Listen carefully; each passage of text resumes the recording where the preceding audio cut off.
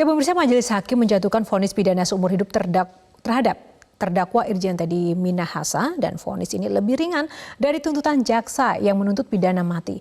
Bagaimana peluang bagi terdakwa Dodi dan juga Linda lolos dari tuntutan jaksa kali ini? Kita akan langsung membahasnya dengan pakar hukum pidana Asep Iwan Iryawan. Kita ke Kang Asep. Kang Asep, selamat pagi. Selamat pagi, Wana. Ya, Semangat selalu. Sehat ya? Oh, pasti harus semangat, apalagi di Selamat Pagi Indonesia ya, Kang Asep. Terima kasih. Kang Asep, sebelum kita akan bahas tentang Linda dan juga Dodi, seperti apa potensi lolos dari tuntutan JPU, bagaimana nih tanggapan Kang Asep terkait dengan vonis yang dijatuhkan ke Teddy Minahasa seumur hidup ini? Ya, sekiranya itu kita hormati ya, ajas hukum itu res judicata pro rata habetur. Artinya putusan belum BHT, tapi harus kita hormati. Nanti dibanding di kasasi ya, jelas bisa lebih ya, bisa sama putusan PN. Maka saya pikir itu hak hakim. Hakim boleh menjatuhkan lebih dari tuntutan gitu. Yang nggak boleh itu hakim tidak boleh menjatuhkan ancaman maksimal, yaitu mati. Di atas mati kan nggak ada mati-mati gitu kan dari. Hah? Sesuai prediksi Anda nggak hukuman vonis ini? Ya, sekali lagi kalau saya hakimnya sih saya sesuai tuntutan jaksa. Kalau untuk apa? Kalau untuk Teddy kan, nah itu Teddy. Jadi Teddy itu bisa juga hukumannya kelak dibanding sama, bisa juga lebih mati.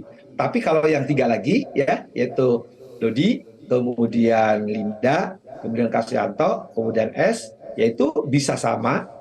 Ya, tapi kalau lebih karena majelisnya sama, nampaknya nggak mungkin kalau untuk Dodi sama siapa, Linda sama Kasyanto kan, karena majelisnya sama. Kemarin terbukti tuntutan jaksa seumur mati diputus seumur hidup.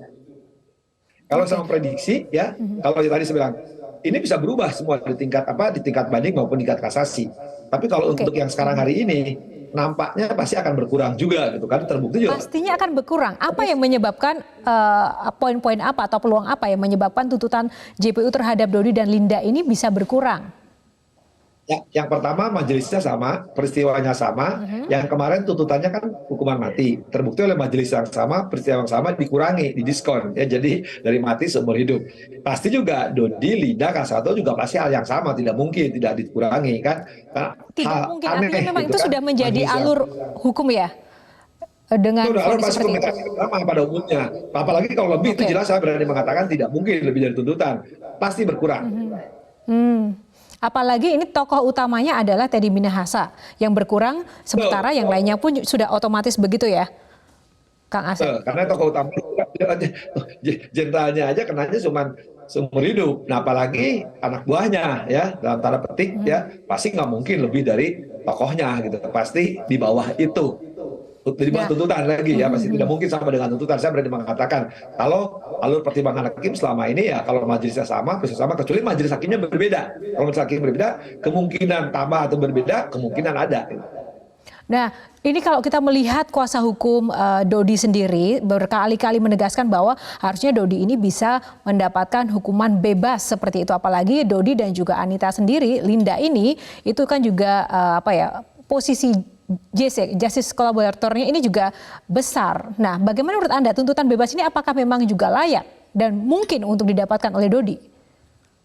Saya pikir yang terbiasa itu kan pengacaranya Teddy ya. Kalau si pengacaranya Dodi kan tidak. Tapi saya pikir tidak mungkin lah. Saya berani mengatakan yang di perkara ini tidak mungkin. Dan juga hakim tidak akan mungkin berani menuntut bebas. Faktanya juga gampang. Yang jelas ini bagaimana barang bukti diganti terawas, kemudian diperjualbelikan. Jadi terang benderang. Makanya masalahnya kan sekarang tinggal di jumlah hukuman. Jadi kalau sampai bebas atau lepas itu sangat tidak mungkin. Mustahil lah gitu. Makanya sering saya katakan kalau bebas lepas di tingkat manapun saya berani mengatakan bahwa ini perkaranya gampang kok. Ini kan permainan sindikat, permainan bandar, permainan para sampai bawah itu kan bagaimana ini sering berlangsung, cuma terbuka baru ini kan terbukti bahwa yang terbukti itu hanya bahwa barang bukti yang tidak hanya ditukar dengan terawas dan diperjualbelikan di bawah, tapi kan ada fakta yang ditemukan oleh Linda bagaimana yang bersangkutan itu bermain ke Taiwan, bolak-balik. Itu kan jejak digital kan ketahuan. Orang kalau keluar negeri tidak mungkin tidak ketahuan jejaknya kan. Penting surat-surat kan kalau kata Linda ada yang mengurus. Artinya apa? Dia sampai lihat pabrik dan dia minta persentase kan sekian miliar itu. Terus kemudian juga ketika operasi di Cina Selatan itu kan pasti berita acaranya masih ada di pihak penegak hukum. Waktu itu gagal. Nah, kita gagal sekarang, maka sebenarnya peristiwa di kepergian melihat pabrik sabu, kemudian yang di Cina Selatan terus tindak lanjuti karena tindak pidana tersendiri. Kalau kemarin kan hanya pertukaran barang bukti kemudian diperjualbelikan. Nah, harusnya sekarang mereka diproses lagi untuk kasus ya kegagalan di Cina Selatan maupun ketika mereka melihat di pabrik sabu di Taiwan. Nah ini juga menarik ya Kang Iwan, mengacu pada kasus yang terjadi seorang Kapolda Sumbar dengan penuh prestasi harus tersangkut dan juga terjerat hukum dengan penjualan sabu 300 juta. Sebenarnya apa untungnya dan apakah memang hukuman seumur hidup ini juga sepadan dengan apa yang sudah dilakukan oleh Teddy Minahasa dan juga rekan-rekannya? Kita akan ulas sekali lagi pemirsa usai jeda. Tetaplah bersama kami. Selamat pagi Indonesia, pemirsa masih dalam pembahasan terkait jelang vonis dari Linda dan juga Dodi yang terlibat dengan kasus peredaran narkoba mantan Kapolda Sumbar Teddy Minahasa. Masih bersama Asep Iwan Iriawan, pakar hukum pidana. Kang Asep, tadi saya sempat penasaran juga ya, apa sih sebenarnya untungnya menjual sabu senilai 300 juta dan apakah kemudian itu sepadan juga dengan hukuman yang diterima oleh Teddy Minahasa seumur hidup ini menurut Anda? Ya, karena untungnya jadi polisi paling kaya kan, dia untung gitu.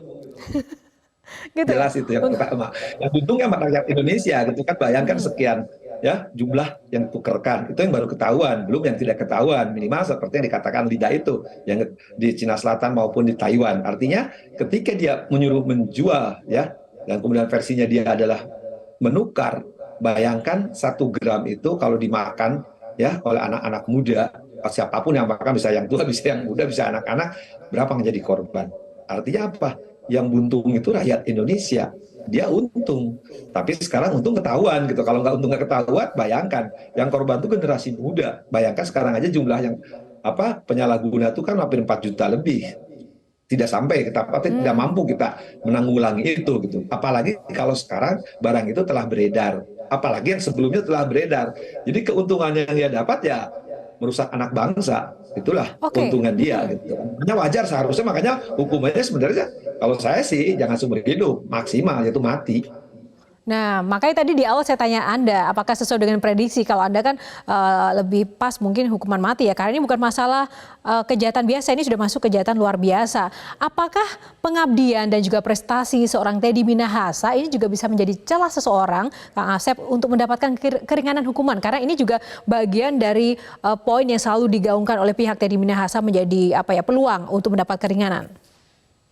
Kita mengenal kalau orang ada sesuatu kebaikan tiba-tiba ada hujan, tutuplah. Sama juga ketika dia melakukan pengabdian kepada bangsa, tapi dia melakukan perbuatan namanya kejahatan serius, penanganannya dengan cara luar biasa, apalagi ini termasuk kategorinya adalah narkotika, itu adalah kejahatan serius, ya penanganannya juga harus luar biasa. Ya habislah pengabdian dia, tertutup. Jadi percuma dia berbuat baik, akhirnya kejahatannya lebih besar, gitu, lebih banyak mudaratnya daripada manfaatnya yang nggak ada artinya. Apalagi yang bersangkutan penegak hukum yang harusnya beri suri teladan, malah dia ya menjadi ya sesuatu yang memang kita sesalkan, itu perbuatan yang dilakukan seorang perwira loh, seorang bintang 2 kok harus melakukan perbuatan itu. Justru pemberatnya di sini karena pejabat ya dan juga perwira yang harusnya mengamankan masyarakat, tapi ini justru menjerumuskan secara fakta di persidangan sudah divonis itu terbukti. Dah, apakah ini juga berlaku untuk Dodi, peluang-peluang seperti ini untuk mendapatkan keringanan? Dodi juga sama kan, Dodi Kasyanto sama, dia penegak hukum, tapi kalau harusnya menegakkan hukum tapi melanggar hukum, ya harusnya memperberat. Cuman ketika bicara berat hukuman tadi, karena tadi kemarin itu ada diskon pengurangan, yang sekarang juga pasti ada pengurangan gitu, harusnya kan minimal sama dengan tuntutan. Jadi kalau tuntutannya mati ya mati ini juga lah gitu, tuntutannya 20 tahun ya 20 tahun juga, tuntutan 18, tapi karena kemarin terjadi perubahan ya dari 2 tuntutan ya jadi seumur hidup, ya sekarang juga kemungkinan besarnya turun jelas gitu, karena kalau sampai dia lebih atau sama pasti ada ketidakadilan di antara terdakwa, kok yang lebih berat juga didiskon, masa ini enggak gitu. Pasti pertanyaan itu masuk akal kan, makanya saya bilang prediksi walaupun bisa sama, tapi kalau lebih tinggi nggak mungkin, itu kan lebih tidak masuk akal lagi. Kalau yang lebih masuk akal pengurangan bukan arti mentolerir perbuatannya, perhitungan matematik ini ya kan, orang hukum walaupun matematiknya agak BDO, tapi pasti menghitung. Kemarin aja tadi tokohnya dikurangi, masih ini nggak dikurangi,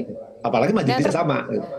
Terkait dengan potensi pengurangan hukuman, misalnya Dodi dan juga Linda ini sudah mengakui perbuatannya, apakah ini bisa lolos dan juga mendapatkan pengurangan hukuman? Potensinya seperti apa?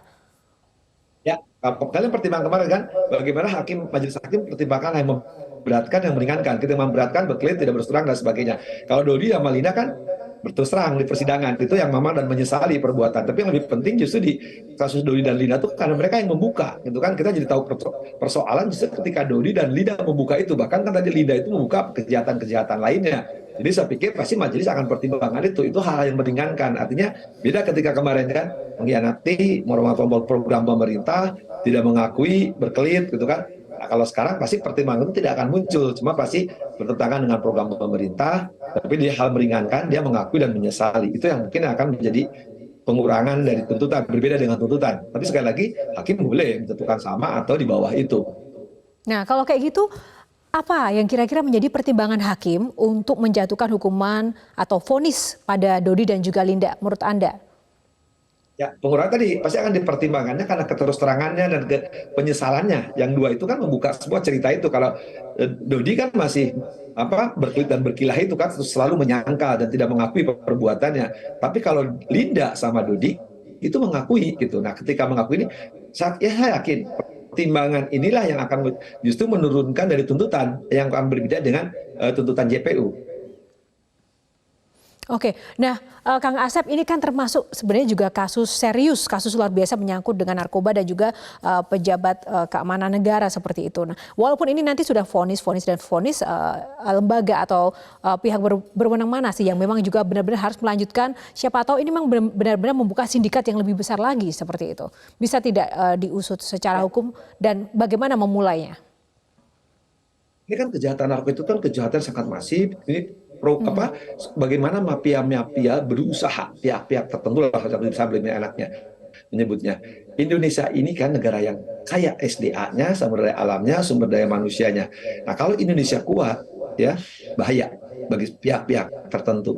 Bagaimana menghancurkan negara Indonesia? Gerakan hegemoni ini, ya termasuk mafia dan pihak-pihak tertentu, yang menghancurkannya tadi adalah ya mafia-mafia ini. Sebab yang disasar siapa? Anak-anak muda, supaya generasinya ya rusak. Ketika generasi rusak, bayangkan kalau generasi rusak tidak bisa mengolah alam, sumber daya lainnya tidak bisa terolah.